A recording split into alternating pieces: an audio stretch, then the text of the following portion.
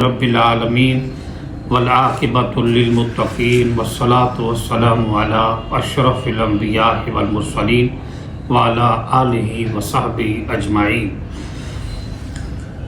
حضرات ذی وقار، معزز ناظرین و سامعین، تمام قسم کی اعلیٰ تعریفات، تحمیدات و تمجیدات مالک کائنات کی ذات گرامی کے لیے ہیں کہ جس مالک الملک نے اکیلے ارض و سماوات کی ہر چیز کو پیدا کیا اور وہی اس کائنات کا خلاق عالم ہے۔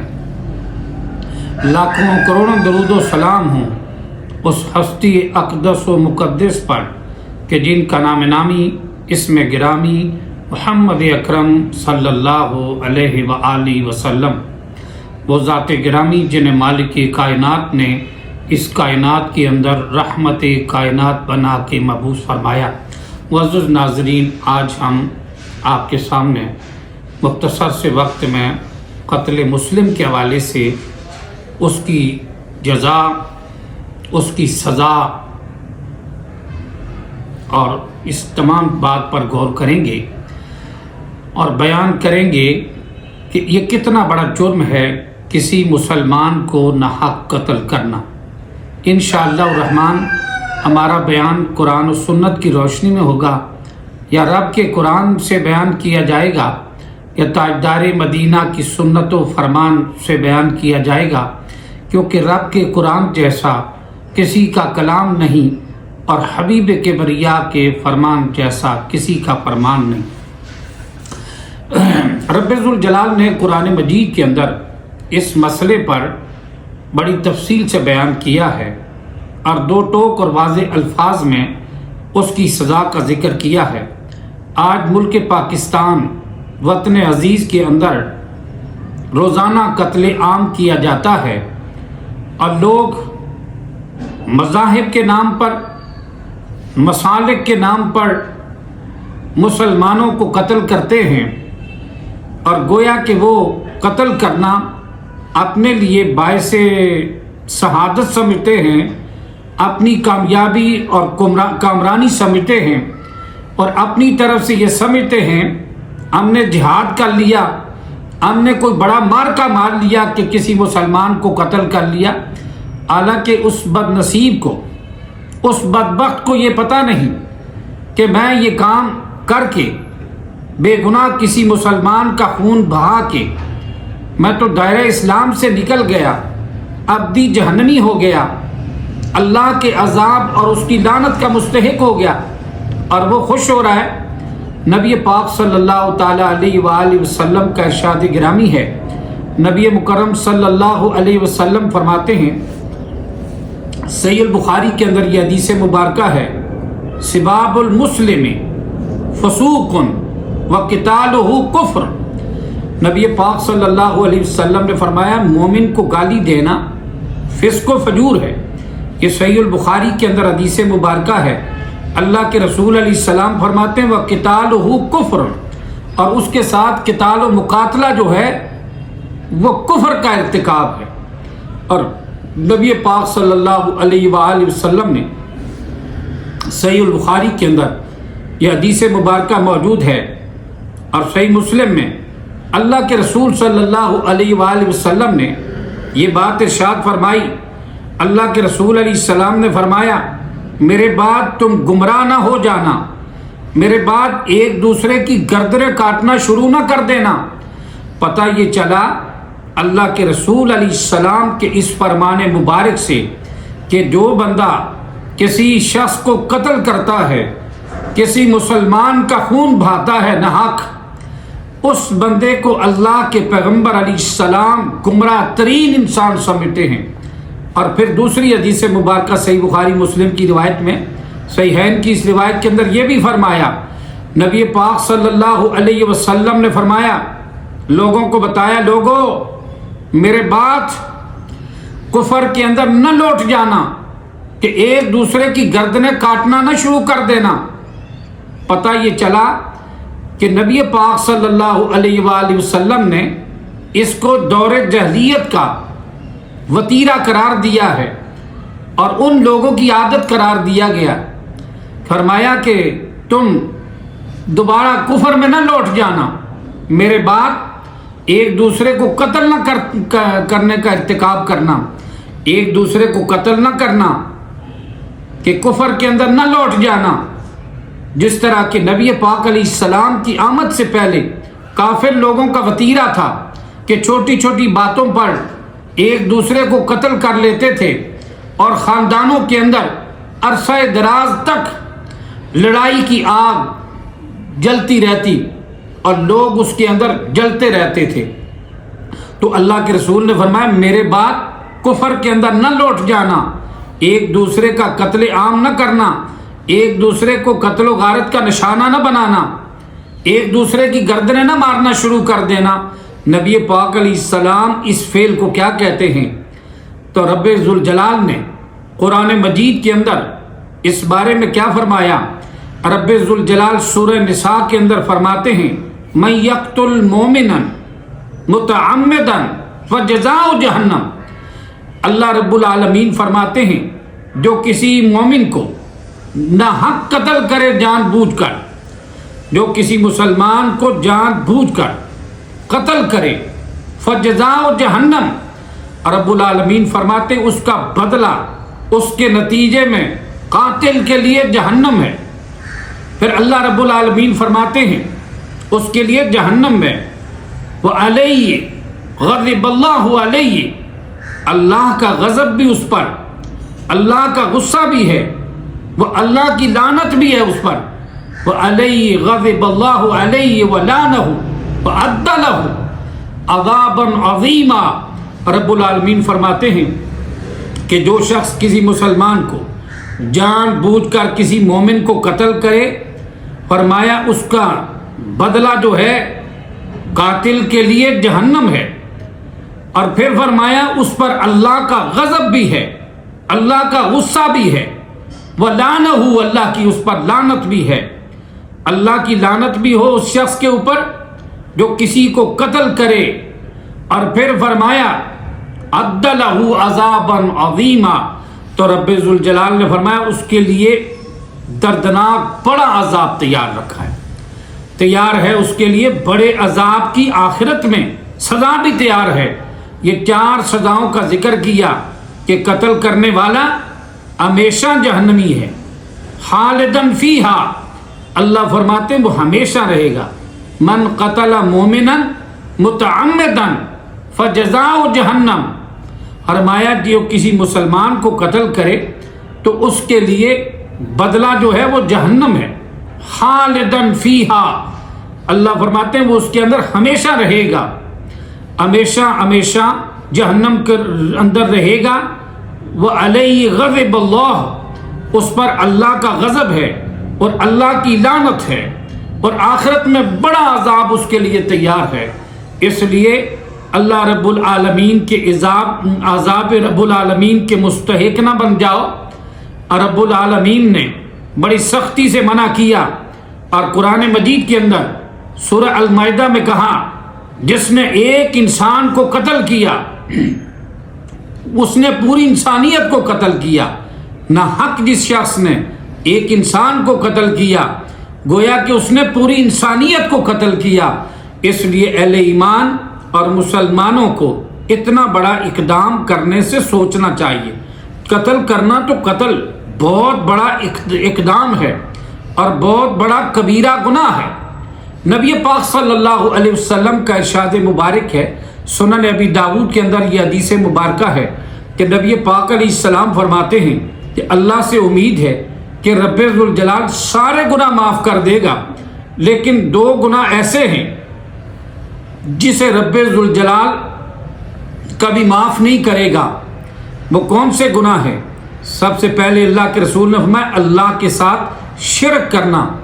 اگر کوئی بندہ شرک کرتے ہوئے دنیا سے چلا گیا، توبہ کے بغیر ارتکاب شرک کرتے ہوئے جو بندہ مر گیا، آپ نے فرمایا یہ جہنمی ہے، ہمیشہ رہے گا، اس کی معافی نہیں۔